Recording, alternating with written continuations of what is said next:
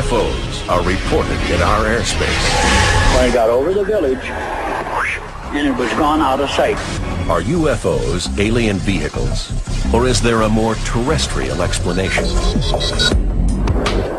Captured documents revealed that during World War II, the Nazis worked on radical aviation designs and vertical takeoff.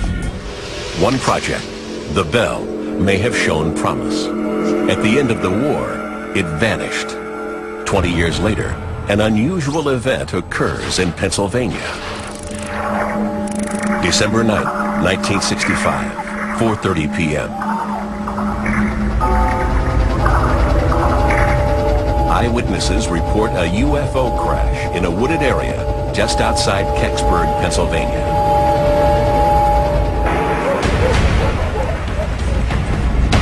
Their reports describe something that looks like an acorn. One witness even says the object looks like a bell. Stan Gordon is a local investigator and expert on the Kecksburg incident. It's approximately 10 to 12 feet or more in length, about 8 to 10 feet in diameter, but it's one solid piece of metal, kind of an unusual off-gold, bronze, copper color. The object has one other highly distinctive feature. On the bottom, one witness called it the bumper area, the raised up area of the acorn. There's these unusual markings that raised up off of that surface. At the crash site in the woods, the Kecksburg residents soon find they've outstayed their welcome. They're not there very long when two men in trench coats come down out of the woods very stern, and they tell them, get out of the area, this area is now quarantined. And he said, right behind these men are soldiers coming down, military people.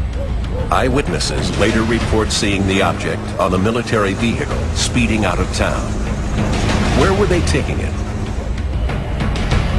Stan Gordon thinks it went to Wright-Patterson Air Force Base, 250 miles west in Ohio.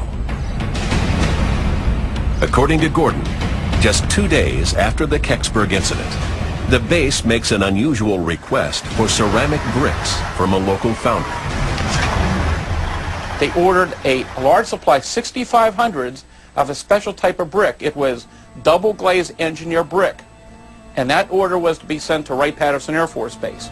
The delivery truck driver, Myron, later gives an interview where he claims he saw a bell-shaped object in a hangar. When I walked in the building and seen the bell shape there and they was working on it, one to do with this brick is to enclose it. They was going to entomb it. But why ceramic bricks? Ceramic is used for electrical and heat insulation. Was the Air Force trying to somehow shield the object? Could its physical similarity to the Nazi bell be more than just a coincidence? And could the ceramic bricks provide a further link between the two objects? The Kecksburg craft was reportedly encased in ceramic bricks. According to Polish aerospace journalist Igor Witkowski, the Nazi bell was also shielded by a ceramic casing. Witkowski thinks the bell was tested here, at a mysterious structure in Poland called the Henge. The henge itself stands in a pool of water, and the pool itself was covered with ceramic tiles. The Nazi bell had another reported feature: distinctive markings.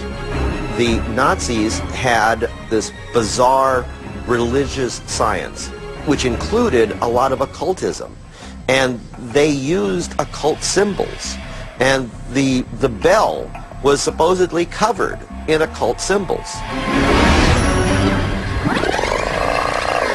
The raised up area of the acorn. There's these unusual markings. The evidence is compelling, but circumstantial. Both the bell and the Kecksburg craft needed ceramic. Physically, they appear similar, and both display unusual symbols. The question is, if the Kecksburg object was a Nazi bell, how did it end up in America 20 years later? To answer that question, it's necessary to go back to Germany and the end of World War II. In April 1945, Hitler orders the deaths of 62 scientists working on the Bell Project. Concentration camp prisoners working on the secret underground projects are also executed. These mass killings are overseen by the SS general in charge of Hitler's secret weapons projects, Dr. Hans Kammler. The entrances to the tunnels were blown up, and all the prisoners of the concentration camps, which knew something, anything about the production or the purpose, was closed inside, and so the mystery of this undertaking was sealed off effectively. Hitler trusts Kammler to wipe out any traces of the Nazis' secret projects. But what the Führer doesn't know is that Kammler is getting ready to turn sides. In 1981, Hitler's former Minister of Armaments and War, Albert Speer, confessed that Kammler had told him he was planning to take all his secrets to the Americans in return for immunity. Did Kammler change sides? In April 1945, the man who had access to the Horten flying wing, who'd overseen von Ohain's jet revolution, von Braun's ballistic missiles, Schauberger's saucer, and the mysterious Bell, leaves his base in Pilsen and vanishes forever. We actually don't know what happened to Hans Kammler at the end of the war. He has just disappeared. No body has been found. 6 different reports of his death were recorded. At the Nuremberg trials, he was barely mentioned, even though he had been directly responsible for the destruction of the Warsaw Ghetto and designing ovens at Auschwitz. Other SS officers that were dead or missing were tried in their absence. Why not Kammler? Was it an oversight by the Allies, or did Kammler make good on his plan to hand over his secrets to the United States? Kammler would have been a trump card, for example, for the Russians or for the Americans as such an expert. If he did go to America, he joined a roll call of Germany's most brilliant minds. Under a secret program called Operation Paperclip, the U.S. military swept up and transported Nazi engineers and scientists back to the States. The American public knew about a few of the Paperclip Nazis. Wernher von Braun was the poster child for the program.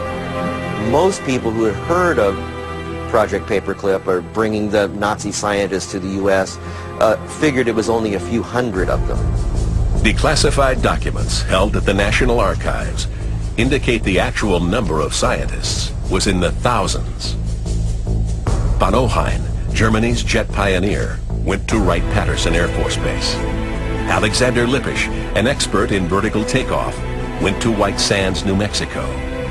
With them came prototypes, like the Horten brothers' flying wing, and a mountain of documents.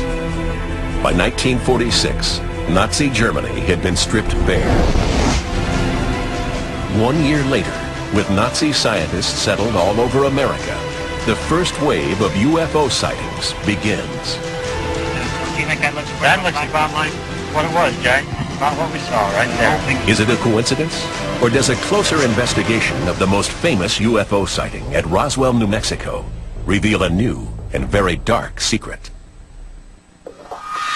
June 1947. Kenneth Arnold, a 42-year-old pilot, makes the first widely reported UFO sighting in the United States. Flying over Washington State, he sees a formation of crescent-shaped craft displaying unusual flight characteristics. Dr. Bruce Maccabee is an optical physicist who has investigated the Arnold case. There were no wings, he could see no wings, no engines, no vertical stabilizers or anything that was normal, but he assumed it was some sort of a new aircraft. Arnold's description of their movement results in the first use of the term flying saucer. Just 2 weeks later, America experiences the most famous UFO event of all time. July 1947, an object crashes near Roswell Army Airfield in New Mexico. After investigating the crash site, the Air Force puts out a sensational press release.